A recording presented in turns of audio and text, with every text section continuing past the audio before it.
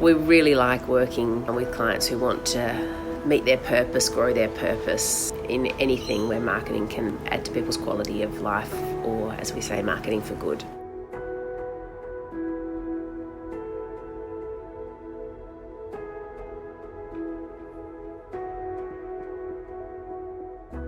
Welcome, Maria, to the Marketing for Good podcast.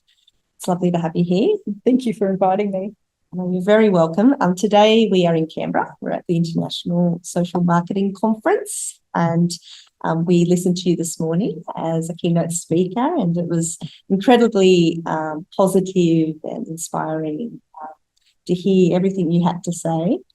And we thought it'd be a wonderful opportunity to invite you onto the podcast and to learn a little bit more about you and the work that you do. Absolutely.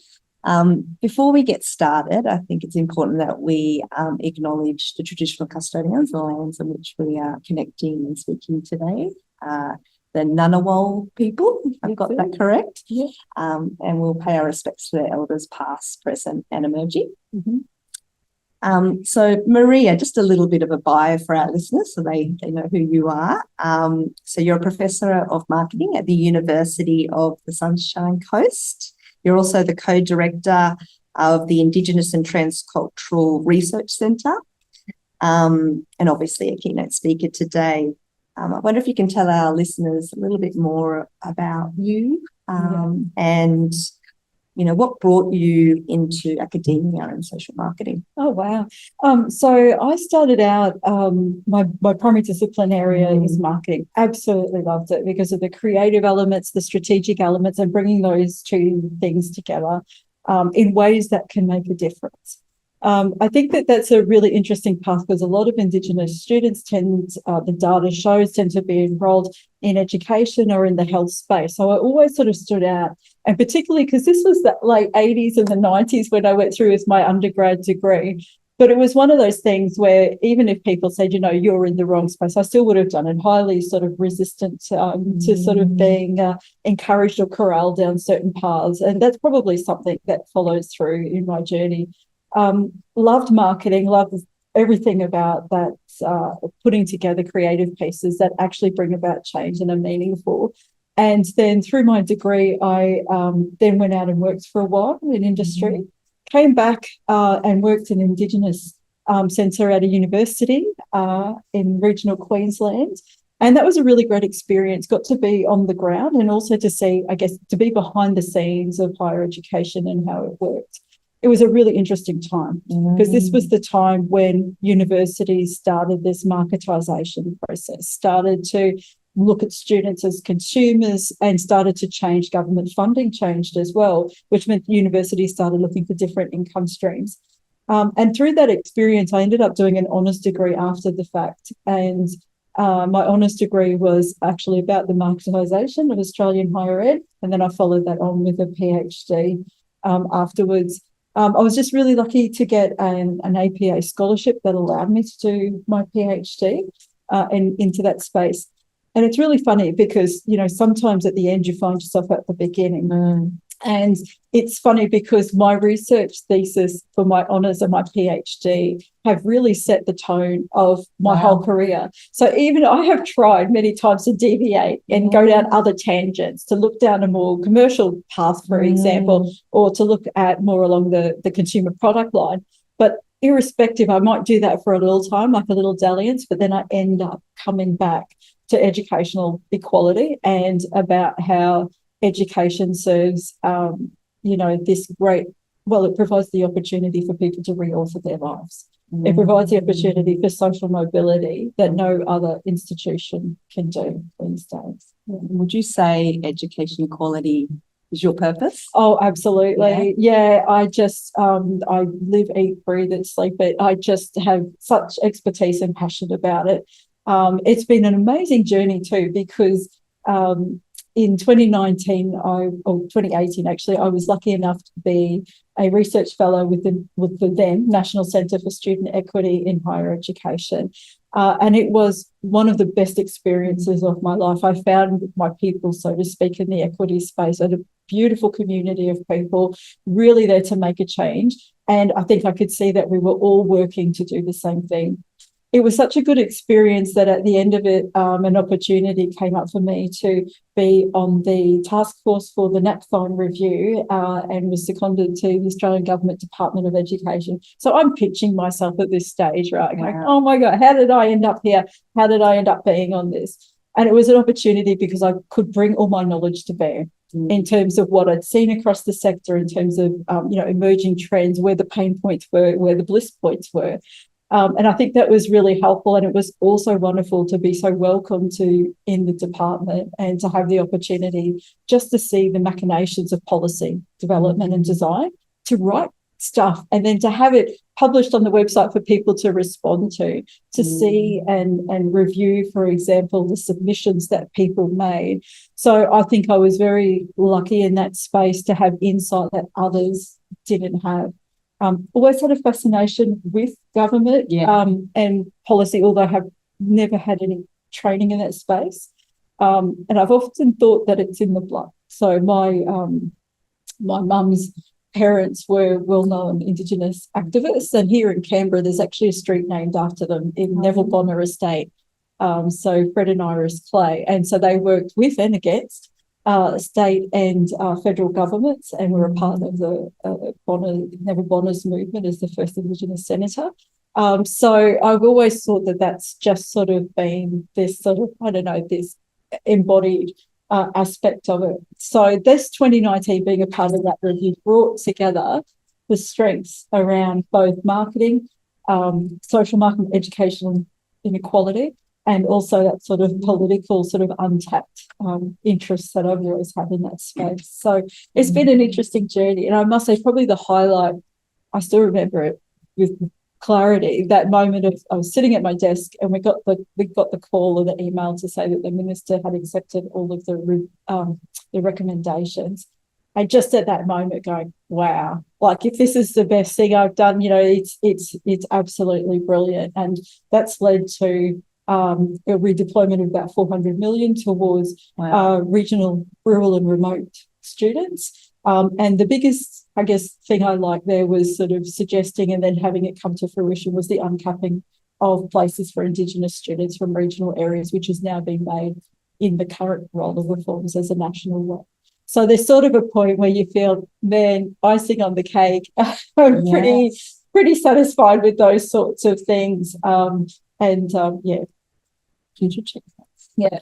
You just mentioned bliss points. Can you tell us a little bit more about bliss points? Well, apart from just loving the term, I think with bliss points, it's that idea that, sometimes I think there's a phrase in marketing called satisficing, where it's that space between, sort of optimizing and satisfaction, where you're sort of the good enough option. And I think sometimes in social marketing, we do head just for the good enough option, something that resolves the immediate problem, not necessarily something that is uplifting and is sort of that step above. And that's what I love about bliss points. Bliss points, as from the food science literature, talks about this sort of perfect combination of sugar, salt and fat that creates not only something that's highly palatable, but also a product that is actually irresistible to people.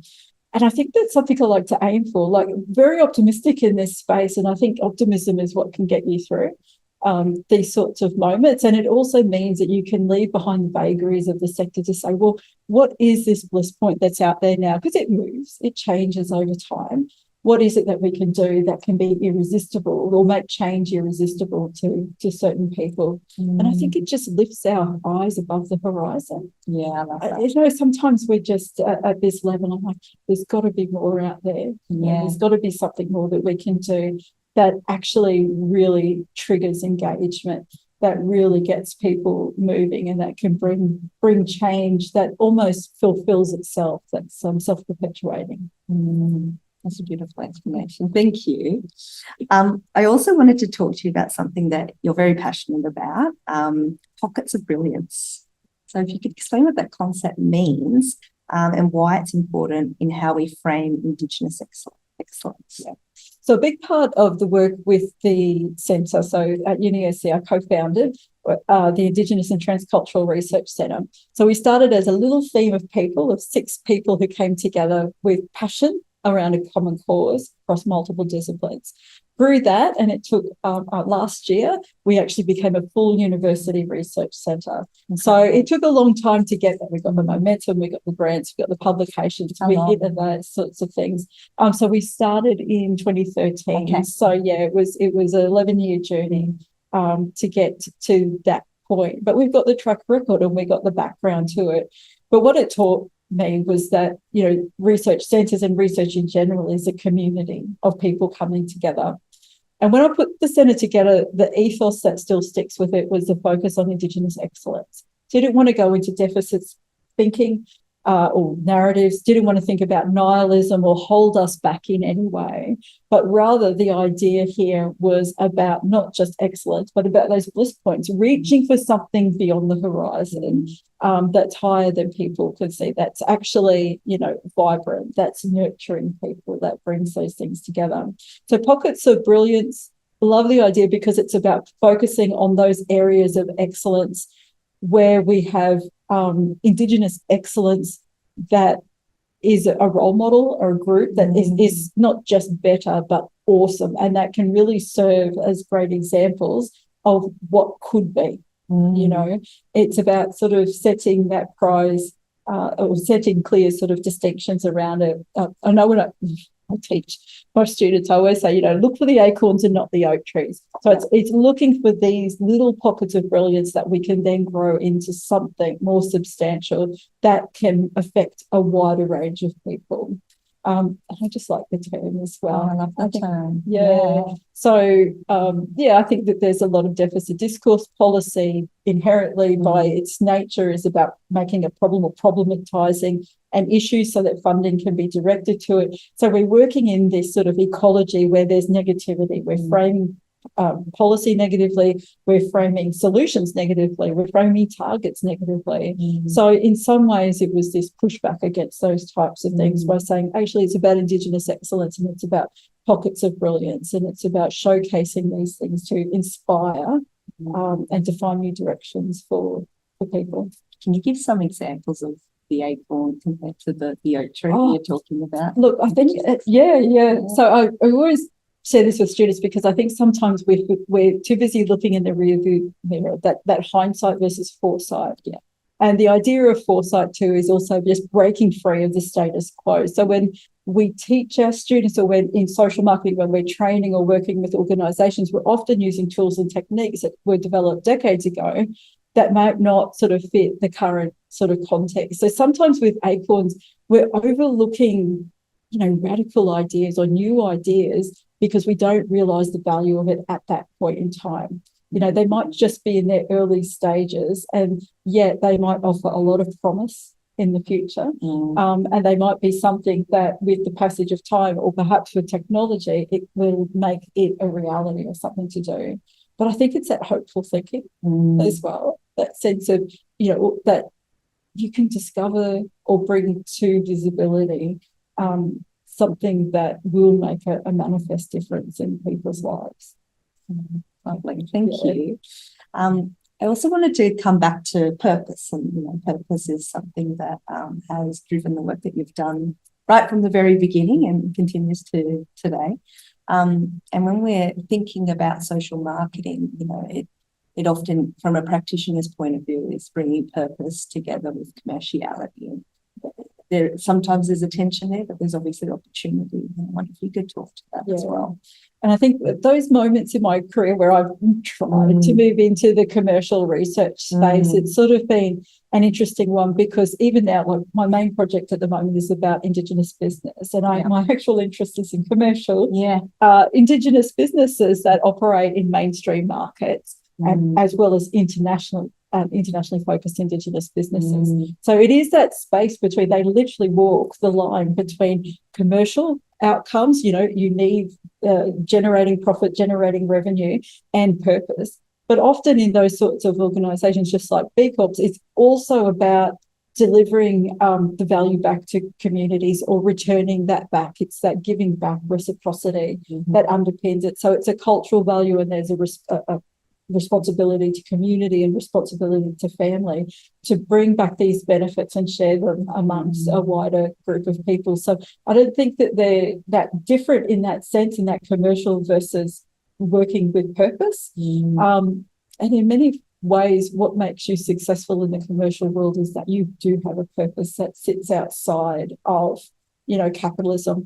We don't all have to drink from the fountain of Adam Smith in terms of making sure that it's all about money and those sorts of views. And to be honest, I think in the 21st century, businesses have changed, particularly after COVID. That's right. There was a huge inflection point of what are we doing and why are we doing it that way? And I find it really inspiring to see more businesses stating their purpose, holding positions on particular issues, for example.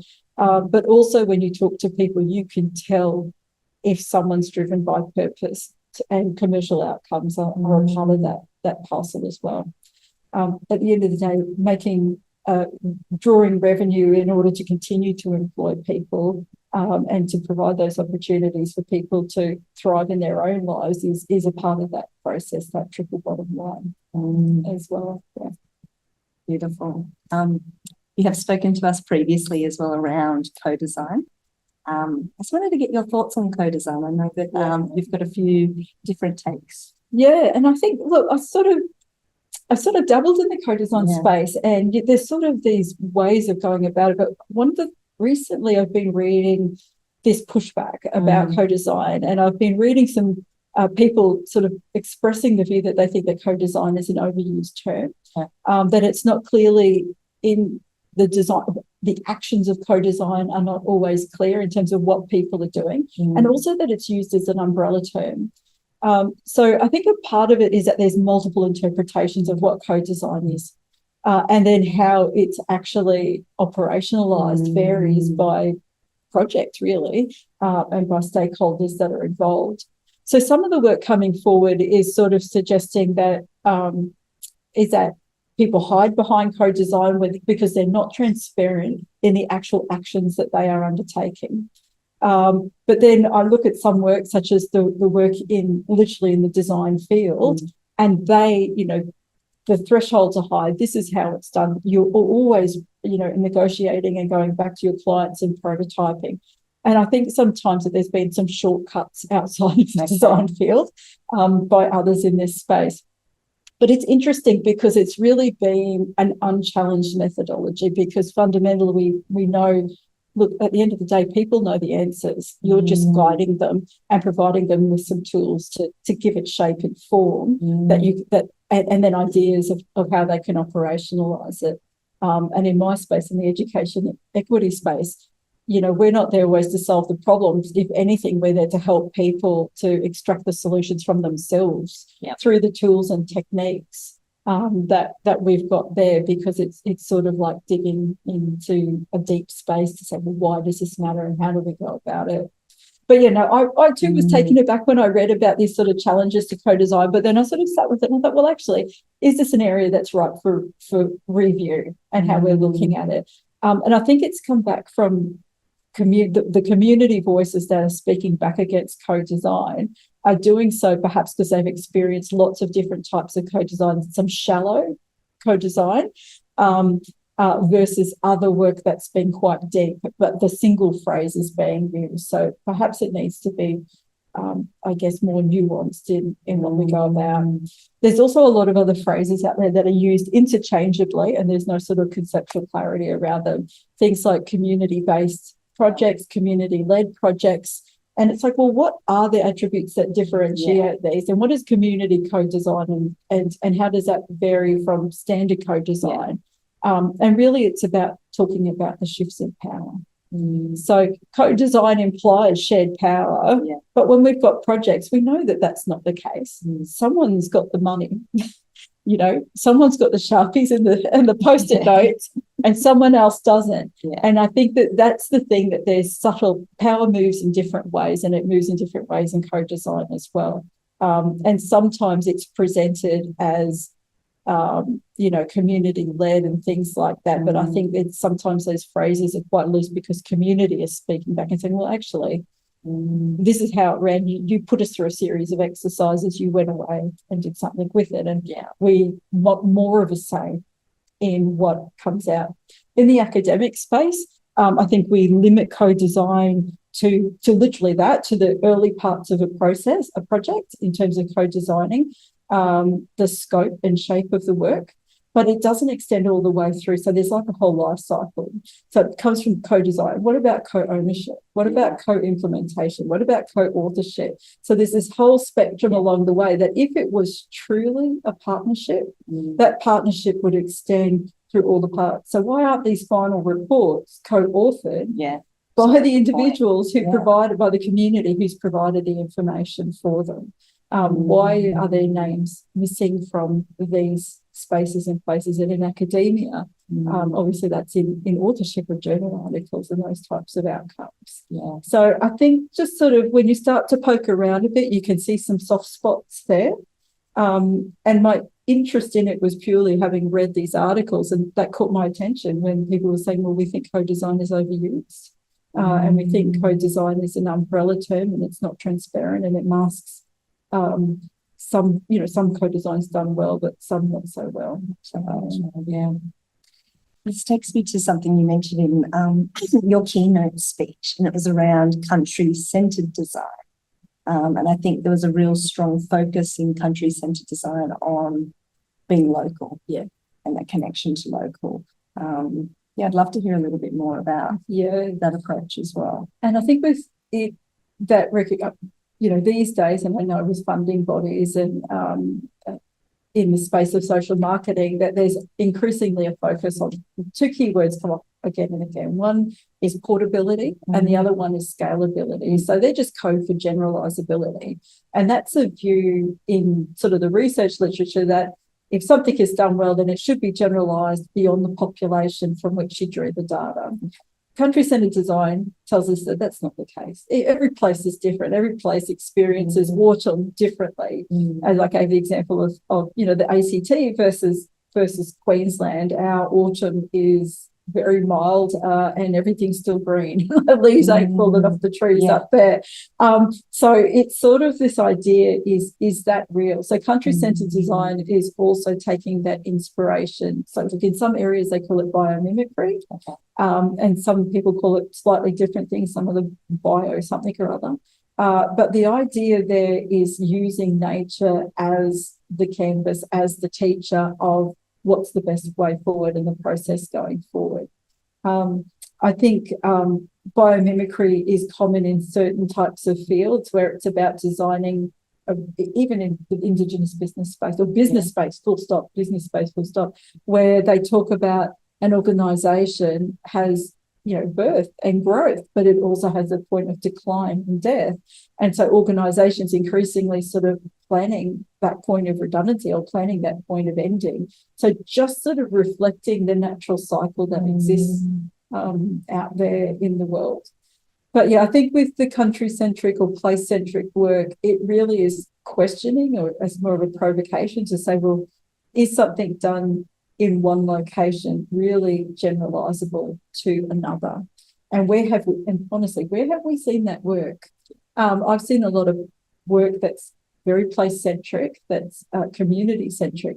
And to be honest, I've never seen a success story where they've transplanted it to another community and it's worked as it is. There's always these talks of adaptation and the like. But maybe that's a challenge I throw out to the audience. Share it. Show me one where it has actually worked. Good challenge. Yeah. And what's next for you, Maria? Oh gosh. So at the moment I'm co-theme leader in the ARC Centre of Excellence for Indigenous Futures. This is our second year. We're halfway through our second year, and that's where the project on Indigenous business is really a key focus. So I think exploring that more, I've been really focusing on benchmarking internationally to see what other countries are doing and what are sort of the key points that we can move this forward so that we create that opportunities for thrivance and those conditions for thrivance for Indigenous businesses. I'm also really interested in sort of people like myself, Indigenous employees in in non-Indigenous workplaces, largely non-Indigenous workplaces, where you're often the only one. And what that's like. So I'm really interested in the occupational well-being of people like myself in those spaces where you've got that cultural/colonial load that's added to your work, that's invisible, that's not recognised, but also while there's lots of rhetoric around different types of leave, for example, that people can access, there's resistance put up when you're moving forward in those things. And sometimes in those organisations, you're positioned against your expertise or in places that you're not. So you're like, my expertise is in marketing. It's like, I don't want to be positioned over here as an expert in, for example, Indigenous studies, because that wasn't my training. I didn't do degrees in Indigenous studies. I have lived experience. I've certainly built a lot of scholarship around it, but I wouldn't be calling myself an Indigenous studies expert. So sometimes I think organisations, particularly since the Black Lives Matter and the referendum, have been sort of placing Indigenous people in positions or spaces or on committees or wherever or corralling people into places that they don't necessarily want to be. So I'm just curious. I'm curious to hear the stories. I'm curious to hear the stories that people have. And there's some great work on that out of the States about African American workers in predominantly white organisations and navigating career development in that space. So sort of interested in what it looks like in Australia. Yeah, it's incredibly interesting. Yeah. Well, thank you so much. Thank you so much for joining us. And it's just such a delight speaking with you and hearing everything you have to say. Thank you. Thank you so much, Maria. Thank you for having me.